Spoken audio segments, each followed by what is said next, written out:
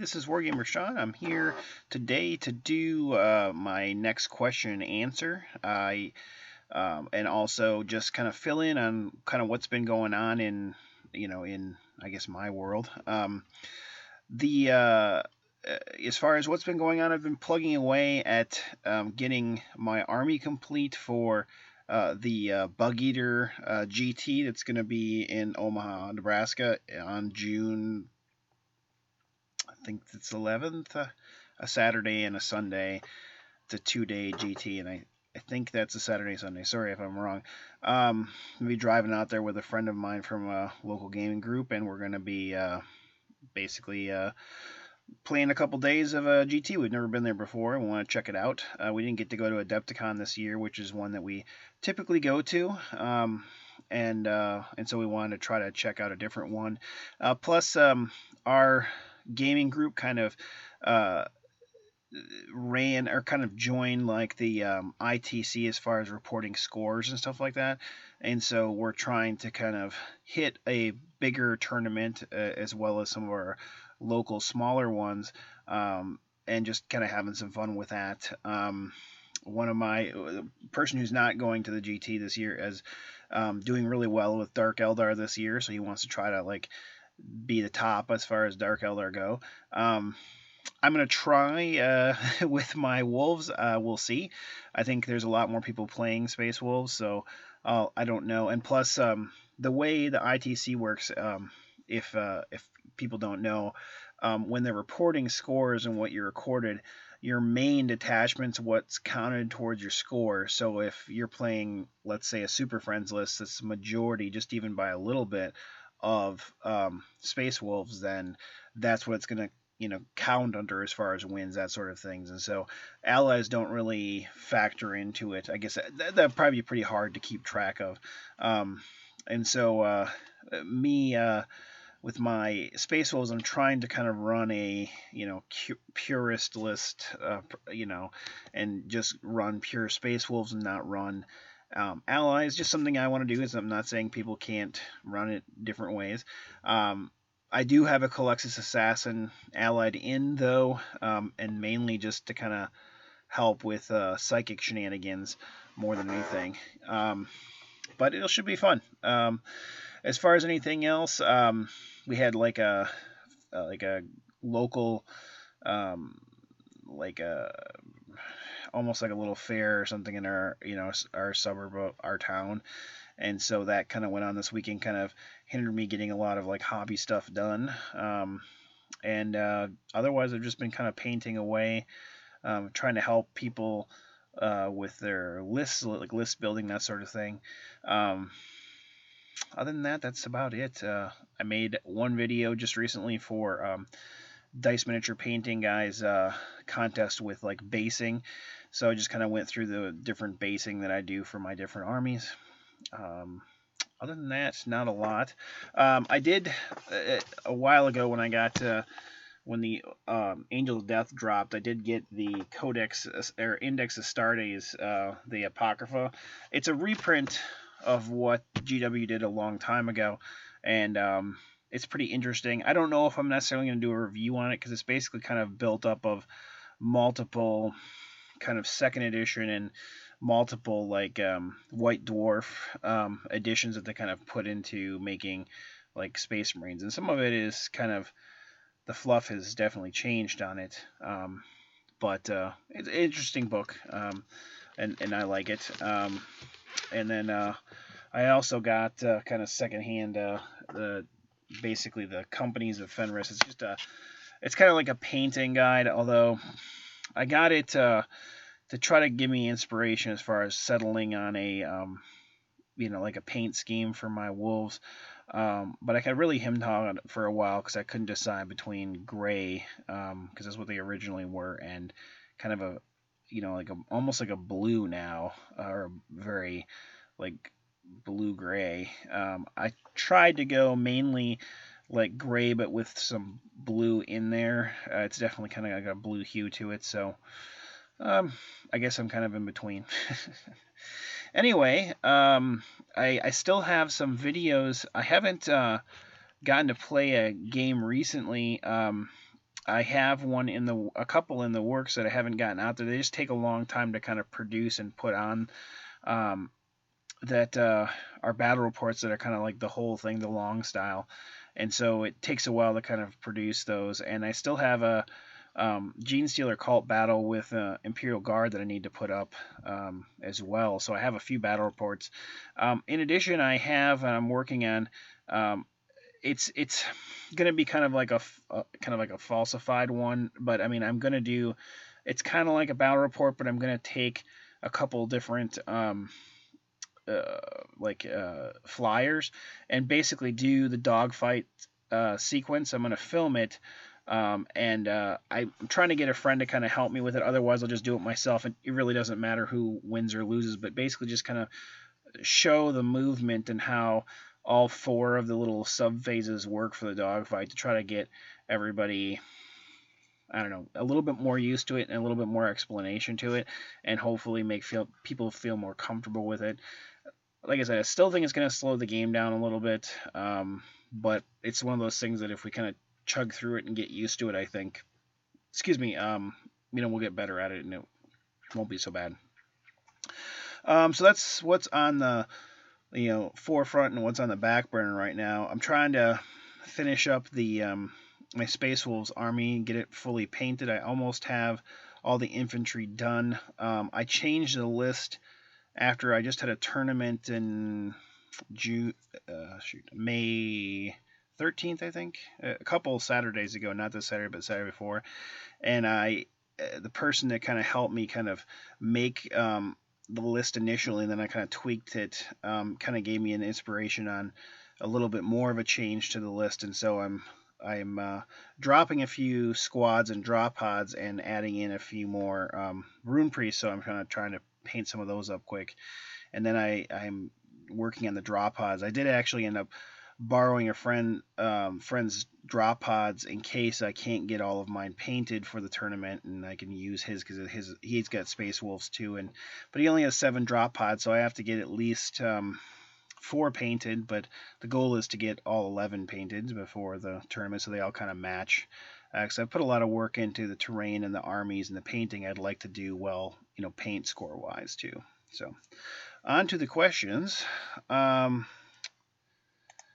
I did this video May 3rd, so it's been 20 seconds, so it's been a little bit. So, Ikbir asks, do you have any holiday plans for this year with the family? I mean, besides doing little things, I don't. I honestly, and this is bad, but I haven't had a vacation more than like a weekend type thing.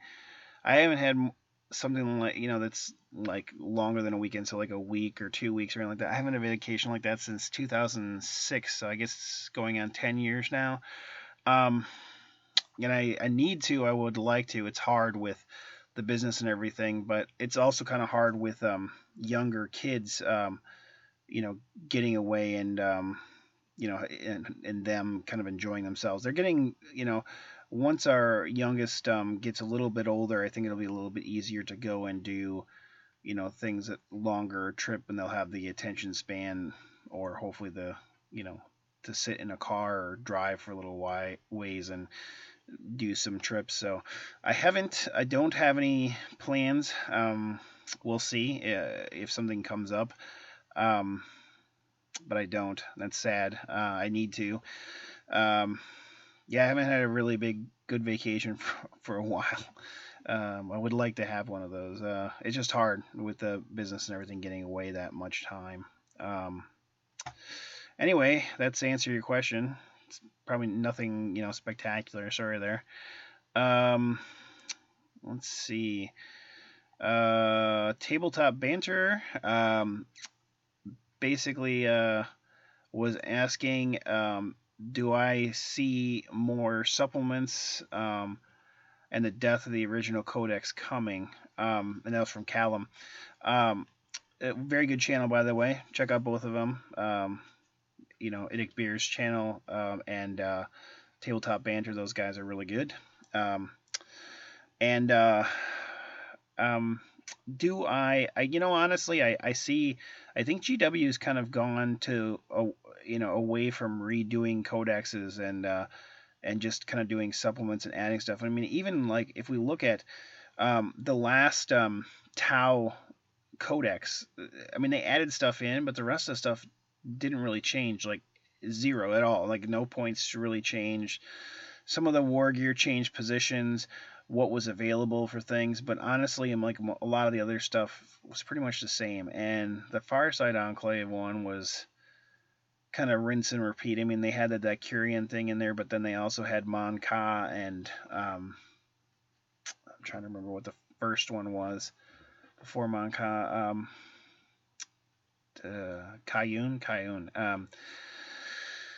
And a lot of those really had a lot more, Space Marine stuff in there. Um, I mean, I don't know. I would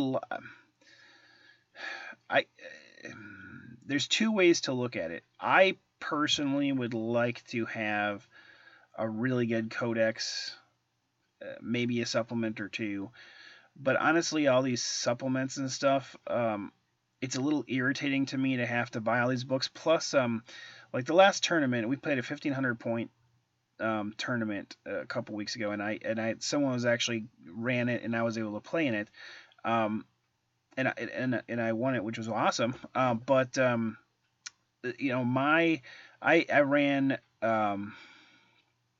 basically like three formations, and there was all Space Wolves, and then the Calexis Assassin, and I had to have a book for the Calexis Assassin. I had the main rule book, so that's two books, and then I had to have the Space Wolf Codex, and then I had the Champions of Fenris Codex, and then I had to have the Wolf and supplement. So I had five books that I had to carry with me just to run a 1,500 point army. And I know one of my friends that went to Adepticon that had a different army, and he was running wolves and actually some Tau.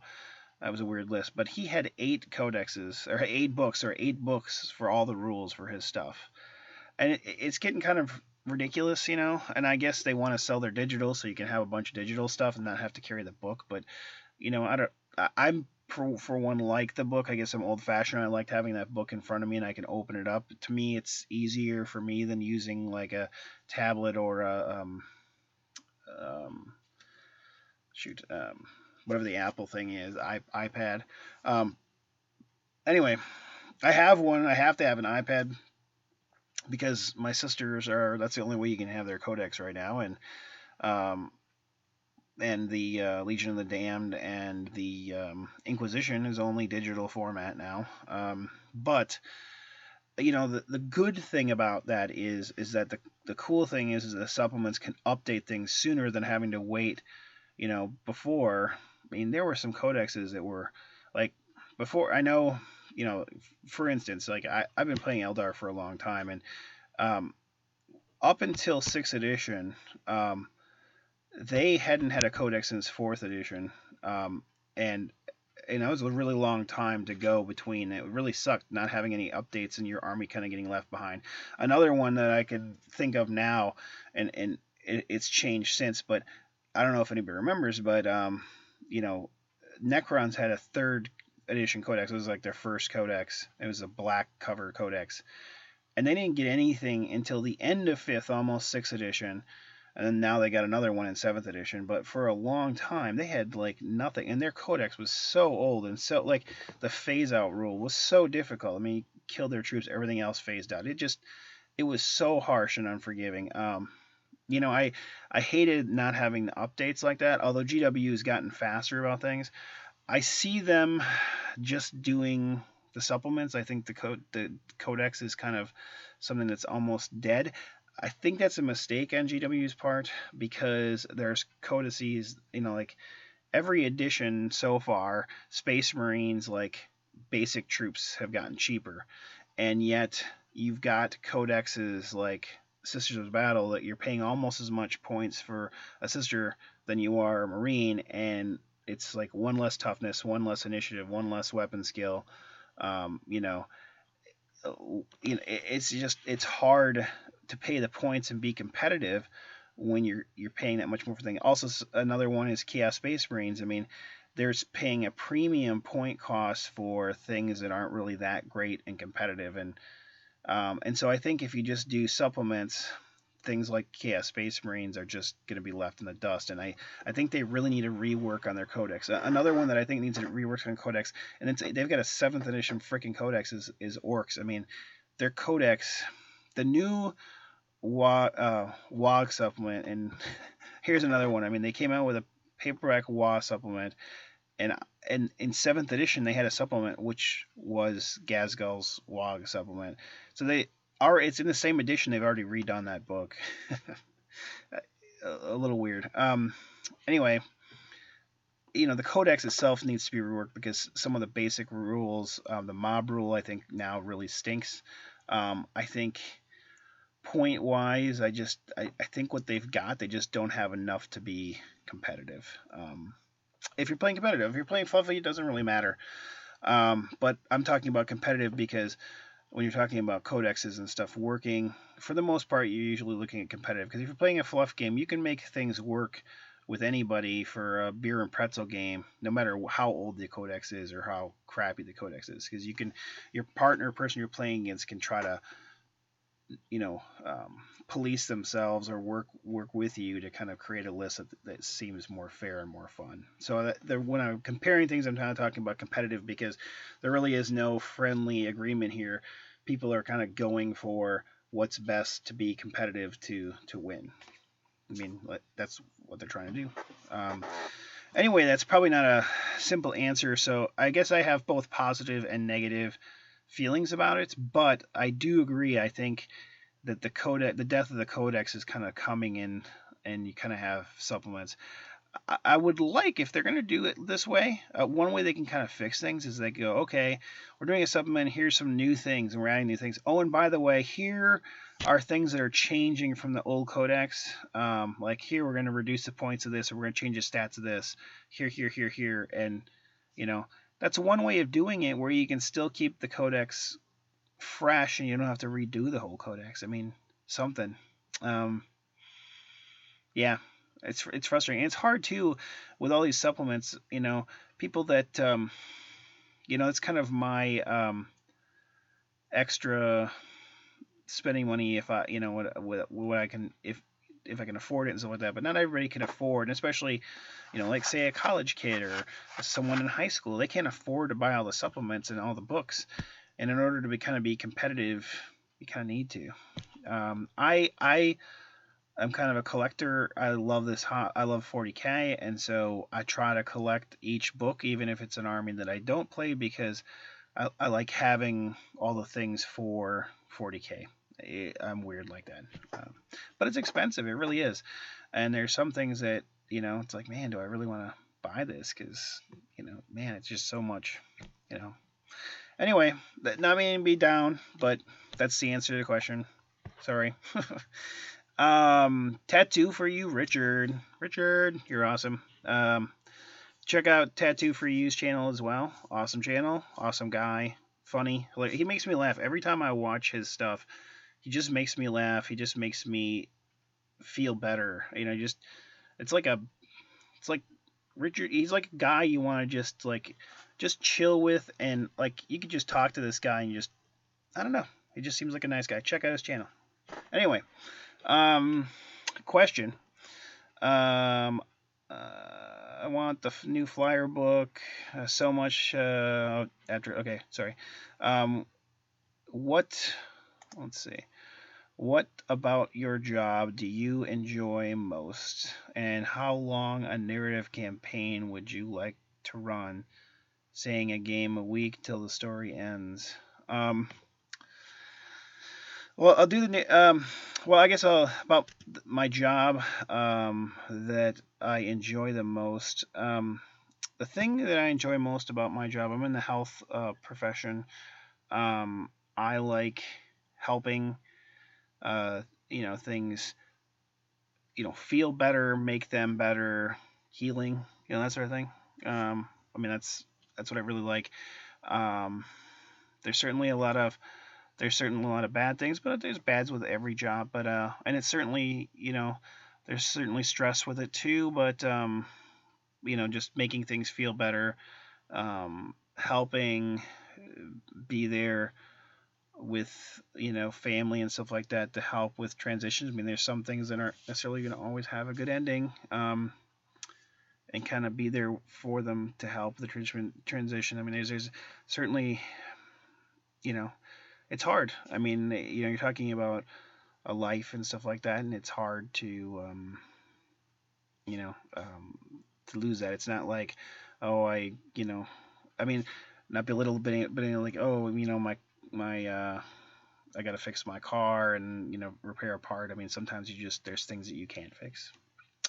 Um, so I have a lot of respect for car repair people though, because I don't really know much about cars as far as fixing them. There's limited things I can do, like change a tire, battery, that sort of thing. But like anything invasive, no. Especially with the computers in there and stuff now. Um, how long a narrative campaign would you like to run? Saying a game a week till the story ends.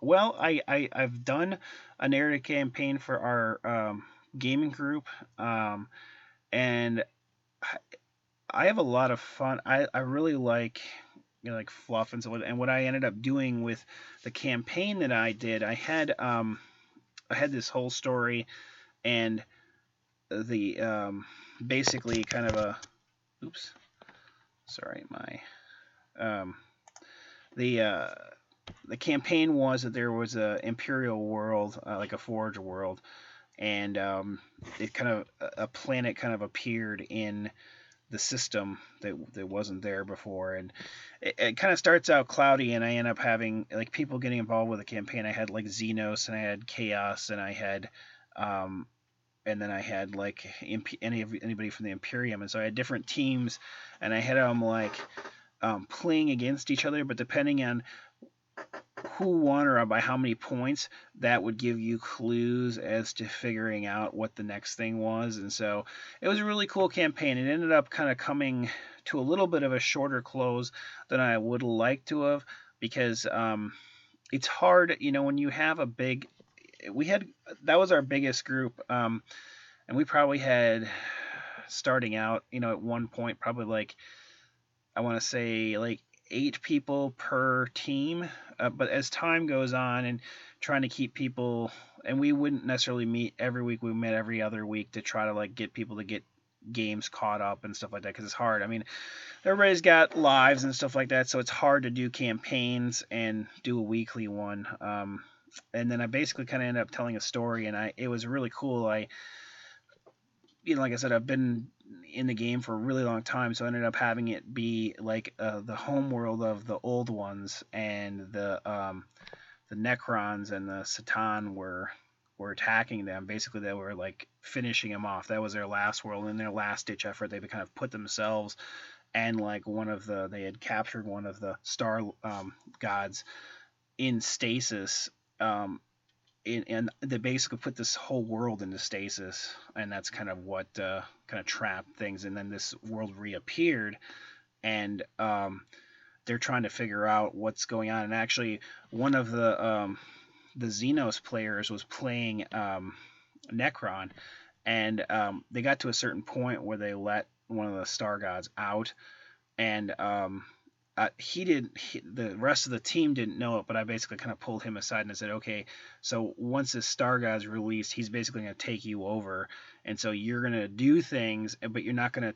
So they would share information with each other. Like once each person that either won or lost a battle, the groups would share information. I set up a Facebook page just for them, so they kind of chat about things and kind of talk to like what they were gonna guess and stuff. And I gave them like points and stuff like that for if you were guessing, if things were correct and stuff like that. And then after the battle and stuff, depending on how you won, you could get certain relics and stuff like that. But anyway, I basically had him giving kind of false information to the rest of that group, and he was basically working for them. And at the end, the last game, we kind of played these apocalyptic games, and is basically Necron against everybody else on different tables, and depending on how they had so many turns to basically get to this, they basically had some old ones. I used like Slan models, and and like and the it was really cool. It was I've already gone on longer than you necessarily need to know, but it was a really cool campaign and people really liked it a lot. So it was a lot of fun, but I haven't had done another one like that since I started doing Escalation League and it just kind of burned out. So it's hard. I mean, I would have one go on. I mean, if I had my way and you had a really good story and make it develop, I'd have it go on for like months to a year, just to have fun with it. But it all depends on how many people are interested and want to do it. And I put a lot of work into the kind of like the fluff and stuff like that, and it was a lot of fun, even for me. And I wasn't really playing it. I was just kind of running it and watching people, and they were just reporting to me what happened. So I was kind of running it, but I wasn't actually really playing it that much. What I would do, I would play. I had a couple different army, like I had a sister's army and stuff like that. And so if there was someone that was short for a time, I would play the army for their side to like play against a person that needed an opponent. But my armies really weren't built to like win. Anyway, that's the answer to that question. Victor Hughes, and thank you for asking a question, Richard, and thank you, Victor, for asking a question. He said, "Can you share that moment in the game when everything went against can I speak? The statistics when the unexpected happened?" Yes, many times. I mean, through the times that I've played. I mean, I had one time recently where statistically I had so much more psychic dice than my opponent, and I should have been just like slaughtering him with these like psychic spells, basically like attack spells, witchfire spells. And I had one that like should have easily, like, it was a warp charge 3, but I threw like 8 dice at it, and I rolled like 2s and 1s, and I didn't get it off. And and then it happened again and again, like 3 turns in a row. I'm like, what in the heck is going on here? So everybody has those. I had one time where I had a like a this I was playing. I had a squad of 3 obliterators, and I had like so I'm trying to remember. I'm sorry. It's some really big squad like come at me. They probably should have just obliterated me. Excuse the pun. And I won it, and that basically like turned the tide of the game. It was like in a tournament, and I didn't expect to win it. I mean, I was like, oh, well, you just I'm gonna try. I'm gonna just throw them out there to try to hold them back a little longer. And I ended up killing them, and by doing that, my blitz were able to go and secure something else. And so it really turned the tide of the battle, which I ended up winning. And up until that point, I was losing. And so it's one of those things that I think you always want to try to stay in it until the end, because you never know what can happen. There's a battle report that should be coming up where a friend of mine and I played Sisters, he played Blood Angels, and we played like 4 Imperial Knights, I think. And then they had like Gorkanaut, Morkanauts, and Stompas and stuff. And it came down to, they were down to like a Morkanaut and like a Stompa, and they were just rolling into everything they had, because we just didn't have anything to take them down anymore. But we had enough little things that we were able to like hold the objectives and get line breaker and do the things that we needed to, that we ended up winning the game, even though like they were kind of dominating us on the like battlefield. So sometimes you just want to stay with it till the end and play. And I think the other thing is that we often forget. I mean, it's a game, first of all, so don't take it too seriously. Even in a tournament, I mean, yeah, we want to win, but here's the thing that we always forget is when we're playing a game on the tabletop, not a video game, we're having an exchange between us, the player, that we're thinking about. Obviously, we want to have a good time, we have fun, we want to try to win, but we're also playing an opponent across the table, and we have an obligation to them to have a good time, as well as they have an obligation for us to have a good time. And so I think our obligation is that we play that game out. Maybe we don't win, And we certainly, you know what, I bet we certainly learned something that we won't do the next time, or learn something, have a new respect for an army. They're like, wow, I didn't know they could do that, but now next time I face them, I have that knowledge. I know what they can do. um, I just think it's nice to do that. I think it's an obligation for both people to have a good time. So I think, instead of just kind of conceding or quitting, play it out. And you never know. Maybe you're going to do well and maybe you're going to win. Maybe you won't, but you're probably still going to have a good time, and you're going to learn something. Anyway, next question. Chief Live Wargaming, check out his channel as well. Awesome channel. He's going to do a campaign pretty soon. I'm excited about it. I'm really aching to hear how it happens and what happens. I did his contest, and I actually kind of submitted 3 videos to kind of help the fluff around that campaign that they're doing, which is pretty exciting. I'm excited about it. Question 1 is, what is your favorite table setup to play on in 40K from a non-competitive standpoint? City fights, jungle ruins, etc. Well, as far as what I like to play, I've always been a one like just put a ton of terrain and ruins and stuff like that. So you can't just sit there and just shoot out across from each other like the British standing like field wise and shooting muskets across and shooting each other. It's like I like more like hiding behind buildings and ruins and taking each other out that way. And sure, some shooting, but some close combat action too. I just find city stuff fun. Jungle's cool too. It's just hard. I think in 40K it's hard for the game because with jungle and foliage, it's hard to represent that on the field and not get it in the way of the models. You're trying, because I've had that too, where you have the foliage and it's like, well, you can't move stuff through it, so then you don't use it, or you don't go through it, or you don't even use it in the game. I like the modular stuff. We've built some stuff for our group where you can kind of pick up. It's like, okay, here this block represents jungle, and there's some trees in here, but you can pick them up and move them, and that way you know what it represents, but it's not impossible to move your models through it, which is fun. But anything I would say that just has a lot of line of sight blocking, terrain, just makes it more fun. So you're not just shooting across the table. There's not places to like people to. I think I like armies being able to hide or tactically move or have to make decisions, and not just be able to go, well, just shoot each other, or go the other, the army that basically is built for close combat, go, well, I hope some of us survive by the time we get there. So I like a lot of terrain in me personally. As far as other table setup, I like pitched battle. I guess it's Dawn of War now.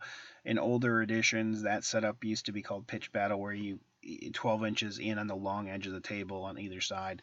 Or hammer and anvil is okay. There's just some armies, if you're starting from the small board edge and coming in, you got to march all the way across that 6-foot table. They're going to be kind of useless at the end of the game. So I kind of like the pitched battle or Dawn of War better. The other one I like, they did away with after 5th edition, and it's kind of now Vanguard. I'm not a super big fan of, but the Vanguard has kind of replaced it. But you did you split the table into quarters, and then you picked your corner, or like your quarter, let's say, like there, and then the opponent would be like up here, and the other 2 corners were blank. But anyway, and then you had there was a 12-inch no man's land from in the middle, so that, and then that bubble, and then anywhere else in your quarter you could set up stuff.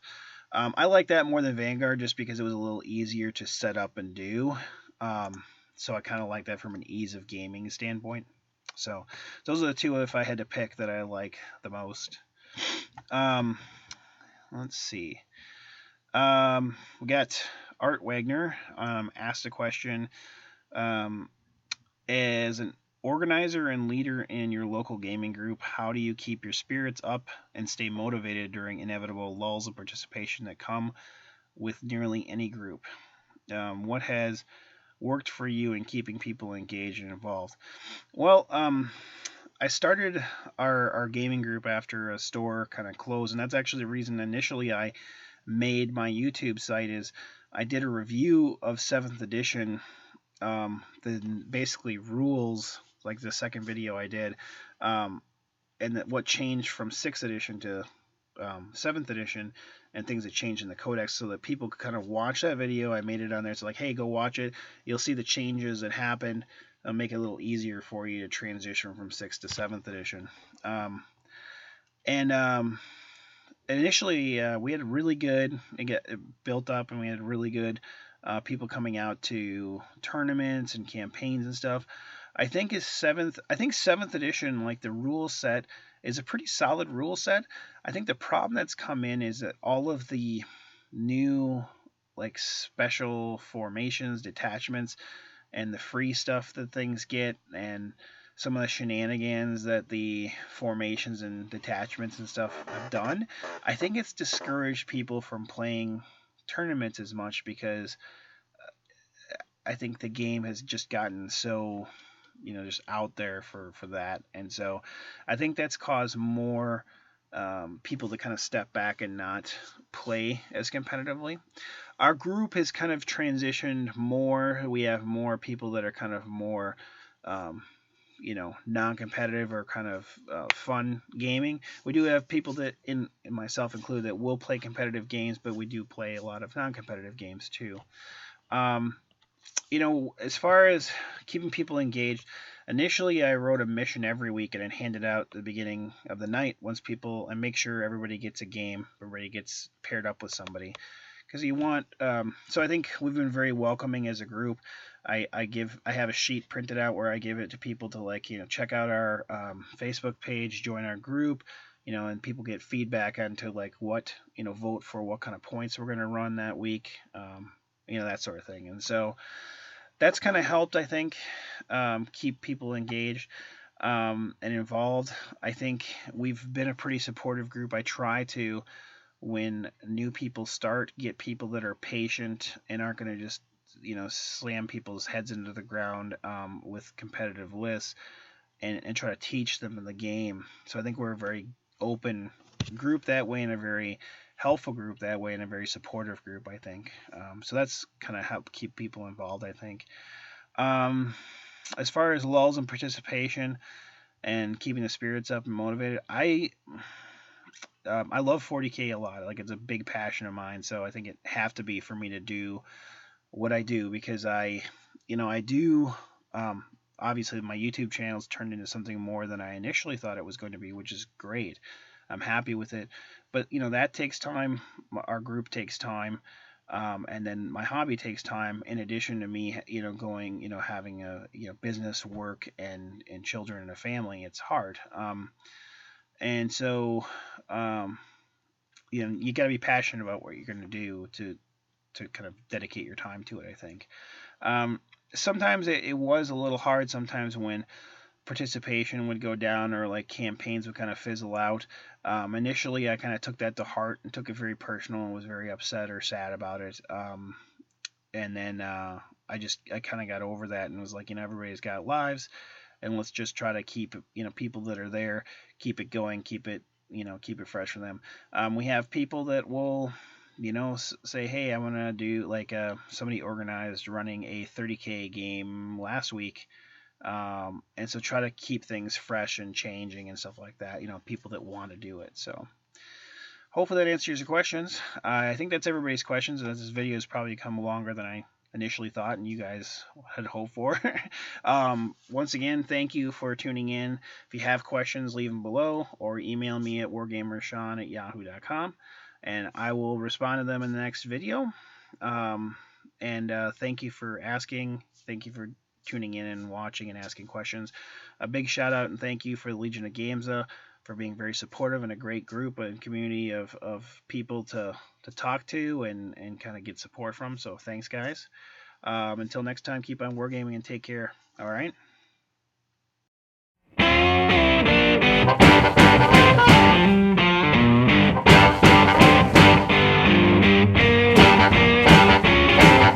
Goodbye, you sexy motherfucker.